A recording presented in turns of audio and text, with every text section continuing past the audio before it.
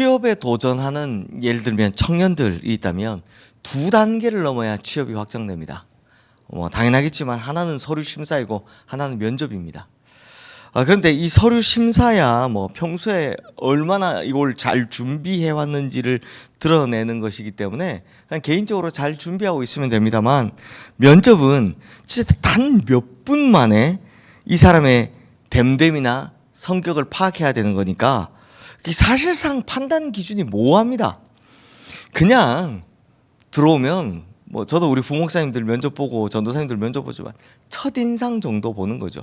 그리고 내가 생각했던 것이 이 사람과 대화하면서 맞는가 정도, 그 느낌이 맞는가 정도 보게 되는 겁니다. 실제로 서점에 가보면 이 면접 요령을 다룬 책들이 있는데요. 거기에 보면 5초 안에 첫인상이 결정난다 이런 이야기를 합니다. 심지어 이렇게 여러분들의 이야기를 들어보면 딱 들어오면 안다 이런 분도 계시고, 딱 목소리를 들어보면 안다 이런 분도 계시더라고요. 그러니까 5초 사이에 당락이 결정된다 이런 건데요. 그래서 요즘은 첫인상 좋게 받으려고 성형수술도 받는다 이런 이야기도 하더라고요. 그런데요, 과연 사람의 내면을 겉모습만 보고 그거 딱 5초만 보고 판단할 수 있을까요? 불가능합니다. 그런데도 여전히 이 세상은 외모로 내면을 살피려는 잘못을 범하고 있다라는 거죠. 그런데 이게 고린도 교회도 그랬습니다. 고린도 교회는 바울의 내면과 그가 전한 복음의 진정성을 보질 못했던 겁니다. 그들은 바울의 외모와 대적하는 자들의 외모, 다시 말하면 바울이 가지고 있던 외형적인 모습과 바울을 대적하고 온 그 사람들의 외형적인 모습을 비교하다가 결국 바울의 대적자들에게 마음을 준 겁니다. 왜요? 그들이 더 화려해 보였거든요. 그래서 바울은 그런 고린도 교회 성도들을 비판하는 겁니다. 그리스도인들은 외모를 통해 판단하지 않고 뭘 보고 판단해야 된다? 그를 통해 일하시는 하나님의 능력을 보고 판단해야 된다. 그러니까 그가 남긴 열매를 보고 판단해야 된다 라고 말하는 겁니다. 우리 1절 말씀 함께 읽어보겠습니다. 너희를 대면하면 유순하고 떠나 있으면 너희에 대하여 담대한 나 바울은 이제 그리스도의 온유와 관용으로 친히 너희를 권하고. 자, 방금 읽으신 말씀은요, 사실은 바울이 되게 비꼬아서 한 말입니다.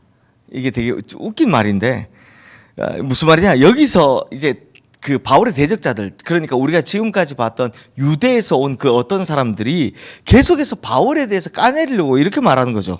이 사람들이 뭐라고 하냐, 바울이라는 사람은 얼굴을 마주 대면하면서 대할 때는 비굴할 정도로 유순한데, 근데 떠나 있을 때는 막 무슨 무서운 말을 막 강하게 편지로 쓰니까 이런 이중적인 사람 믿지 말라 막 이렇게 바울에 대해서 비난을 한 거였습니다. 근데 사실 바울 입장에서 제가 대변을 하자면 그럴 수밖에 없잖아요. 고린도 교회 성도들과 함께 할 때는 유순할 수밖에 없었습니다. 복음 전하는 사람이 뭘 거기서 성질내고 하겠습니까? 유순하게 하는데 지금 편지를 쓸 때는 강하게 쓸 수밖에 없는 상황인 겁니다. 아니, 이게 생각하시면 그렇습니다. 바울이 고린도 교회 개척하고 십자가 복음 전하고 지금 전도해야 되고 할 때는 당연히 유순하게 예수님의 얼굴을 가지고 예수님의 사랑을 전했겠죠. 하지만 고린도 교회를 떠나서 다른 곳에서 사역하고 있는데 그때 고린도 교회에서 무슨 소식이 들려온 겁니까? 정말 수도 없이 많은 문제들이 극심하게 일어나서 극심한 분열과 이 문제로 싸우고 있다. 교회가 아주 그냥 갈라지게 생겼다, 파탄나게 생겼다 이런 소식을 들은 겁니다. 그러니 당연하게 고린도 전서를 쓰면서는 바울이 성도들을 강하게 질책할 수밖에 없는 거 아니겠습니까? 분열의 문제, 송사의 문제, 결혼의 문제, 우상의 재물에 대한 문제, 성만찬의 문제, 은사 사용의 문제, 부활을 믿지 않는 자들의 문제, 우리가 본 것만 이만큼이고 거기엔 또 자유인과 종의 문제, 또 엄청나게 많은 문제들이 있었습니다. 하여튼 온갖 문제들이 산적해 있었습니다. 이 문제를 해결하기 위해서 당연히 바울이 진심을 담아 강하게 표현할 수밖에 없었던 겁니다. 그러면서 바울은요, 자신이 개척한 모든 교회에 대한 목회 원칙을 하나 설명을 합니다. 그게 뭐냐? 우리 3절 4절 말씀 함께 읽어보겠습니다. 우리가 육신으로는 행하나 육신에 따라 싸우지 아니하노니 우리의 싸우는 무기는 육신에 속한 것이 아니요 오직 어떤 견고한 진도 무너뜨리는 하나님의 능력이라 모든 이론을 무너뜨리며. 자, 바울은 자신이 개척한 모든 교회에서 육체를 따라 일하지 않고, 그러니까 사람의 능력으로 일하지 않고, 사람의 뭐 경력이나 이런 걸로 일하지 않고 하나님을 붙잡고 일했다, 목회했다라고 하는 겁니다. 사실 바울이 특별히 이 고린도 교회를 개척할 때 하나님의 능력을 붙들었던 이유가 있습니다. 제가 예전에도 한번 말씀드렸지만 바울이 고린도에 오기 전에 아테네, 우리 성경에는 아덴이라고 나오는데요. 아테네에서 복음을 전할 기회가 있었습니다.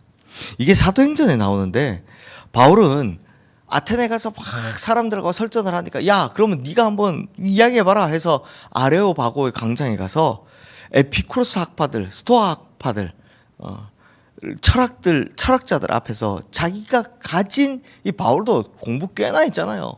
자기가 가진 이 세상의 지식을 바탕으로 거기서 막 설교를 한 겁니다. 이름을 알 수 없는 신이라는 주제로 막 설교를 한 겁니다. 그런데 결과가 어땠습니까? 참담했습니다. 오히려 놀림거리가 될 뿐이었습니다. 이 참담한 실패 후에 바울은 무슨 생각을 하냐? 사람의 지식이나 세상의 말이 아니라 오직 하나님의 능력으로 설교하겠다. 하나님의 능력으로 복음을 전하겠다라고 결단했던 겁니다. 그런데 안타깝게도 고린도 교회 성도들은 뭘 지금 보고 있습니까? 그 사람들이 보니까 학벌, 세상 지식 여러 가지를 보니까 야, 이 바울보다 이 사람들이 더 나은데, 추천서 받아왔잖아요. 야, 이 사람들이 더 괜찮은데 하며 이들에게 마음을 주는 사람들이 많았다는 겁니다. 7절 보십시오. 우리 함께 읽겠습니다. 너희는 외모만 보는도다. 만일 사람이 자기가 그리스도에게 속한 줄을 믿을진대 자기가 그리스도에게 속한 것 같이 우리도 그러한 줄을 자기 속으로 다시 생각할 것이라. 이제 바울이 고린도 교회를 떠난 후에 찾아온 유대에서 온 사람들은 특별히 뭐가 뛰어나냐? 말에 뛰어난 변증가들이었습니다. 그들은 철학도 세상 지식도 수사학도 말하는 학문도 능한 사람들이었습니다. 그러니 그들의 현란한 말솜씨에 이 고린도 교회 성도들이 마음이 싹 뺏긴 겁니다. 게다가 10절 말씀 함께 읽겠습니다. 그들의 말이 그의 편지들은 무게가 있고 힘이 있으나 그가 몸으로 대할 때는 약하고 그 말도 시원하지 않다 하니. 자, 유대에서 온 사람들이 바울을 이렇게 비난한 겁니다.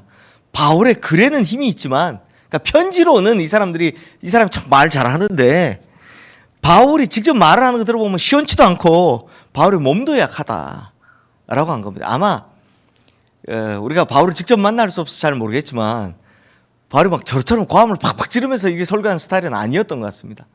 그냥 아프니까 사람이 막 힘이 없어서 저건 이렇게 설교하는 스타일이었던 것 같아요. 그래서 사람들이 뭐라고 욕했냐? 야, 바울이 글에는 힘이 굉장히 있지만 바울은 말은 신통치 않다. 말은 몸도 그냥 건강도 별로다. 이렇게 이제 비난을 한 거죠. 근데 이 사람들은 어떻습니까? 화려하죠. 언변이 화려하니까요. 근데 바울이 지금 자기 변명을 이렇게 하고 있는 겁니다. 내가 왜 그랬을까? 왜 그랬다는 겁니까? 바울은요, 자기에게 있는 걸 자랑하지 않았기 때문입니다. 화려한 말, 화려한 언변, 많이 아는 지식들, 이런 걸 자랑하지 않았다는 겁니다. 왜요? 한번 대차게 실패해봤기 때문에. 그래서 뭐만 했다는 겁니까? 오직 하나님의 말씀만 전했다. 십자가 복음만 전했다라는 겁니다. 즉 고린도 교회 성도들은 그 둘의 열매가 얼마나 큰 차이가 나는지 그걸 전혀 안 보고 그냥 눈에 지금 보이는 것만 쫓아가는 겁니다. 그래서 바울은 열매에 대해서 이렇게 표현을 하죠.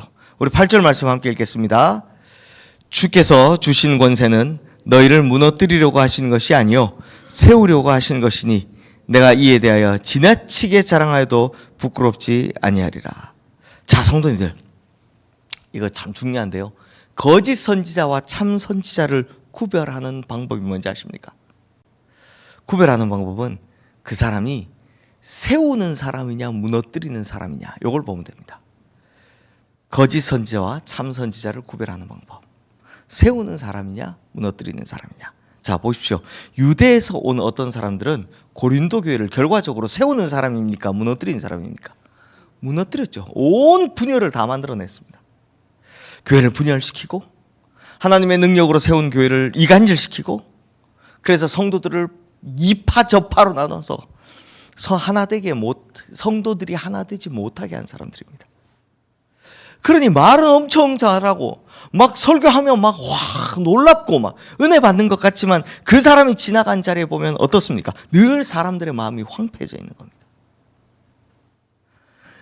막 엄청나게 설교도 잘하고 이력도 화려하고 배운 것도 많고 엄청 뛰어난데 그 사람이 지나간 자리에 보면 사랑의 마음이란 없고 4분 5일 사람들의 마음이 찢어져 있는 겁니다. 이게 바로 열매를 통해 보게 되는 겁니다. 그럼 그 사람은 참 선지자일까요? 거짓 선지자일까요? 거짓 선지자겠죠. 그러나 바울이 하나님의 능력으로 세웠던 그 교회는 당시에 굳게 세워져 있었습니다. 고린도 교회가 바울이 개척했을 때는 성도들의 믿음이 굳게 세워져 있었고 하나님 말씀으로 든든히 세워져 있었다는 겁니다. 자, 성도님들, 바로 이겁니다. 이게 이 혼란한 시대에 참된 목회자를 구별하는 기준입니다. 설교 잘하느냐? 학벌이 좋으냐? 유학파냐? 혹은 뭐 대형교회를 만들었느냐? 이런 게 중요한 게 아닙니다. 교회를 하나님 말씀 위에 든든히 세워가느냐? 아니면 교회를 분열되고 혼란스럽게 만드느냐? 이게 중요한 겁니다. 성도님들, 학벌 그렇게 좋아도 교회 깨먹는 사람 얼마나 많습니까? 대형교회를 그렇게 만들어 놓고 자기 욕심 때문에 온 한국교회를 분열시켜 놓는 목사들이 얼마나 많습니까? 교인들을 갈라치게 하느냐? 아니면 교인들을 하나가 되게 하느냐? 이런 열매를 보고 그가 하나님의 능력으로 목회하는 사람인지 아니면 하나님의 능력으로 세워진 사람인지 이걸 알 수 있다는 겁니다. 이 기준은요, 성도님들, 제가 지금 이야기하는 게 아니라 구약시대 선지자들도 다 마찬가지였습니다. 그러니 성도님들, 지금 고린도교회 성도들이 단순히 자기 귀를 즐겁게 하고 그 다음에 화려한 이력을 막 들고 온 이들이 교회를 분열시키고 있음에도 그들에게 마음을 빼앗긴 걸 보고 바울이 기가 찬 겁니다. 바울이 얼마나 섭섭했겠습니까? 그렇다면 성도님들, 오늘 우리는 어떻습니까? 어디에 마음을 열고 있고 어디에 귀를 기울이고 있습니까? 무엇에 판단 기준을 두고 있습니까? 화려한 것들, 그냥 화려해 보이는 세상 것들에 헌욕되지 마시고 오로지 하나님의 능력이 그를 통해 어떻게 나타나시는지를 보게 되기를 주님의 이름으로 축원합니다. 그래서 우리 성도님들은 내면의 진정성을 볼 수 있는 성도님들 되시기를, 그 힘을 길러내시는 성도님들 되시기를 주님의 이름으로 축원합니다. 이 시간 오늘 주신 말씀 기억하며 우리 함께 기도하겠습니다.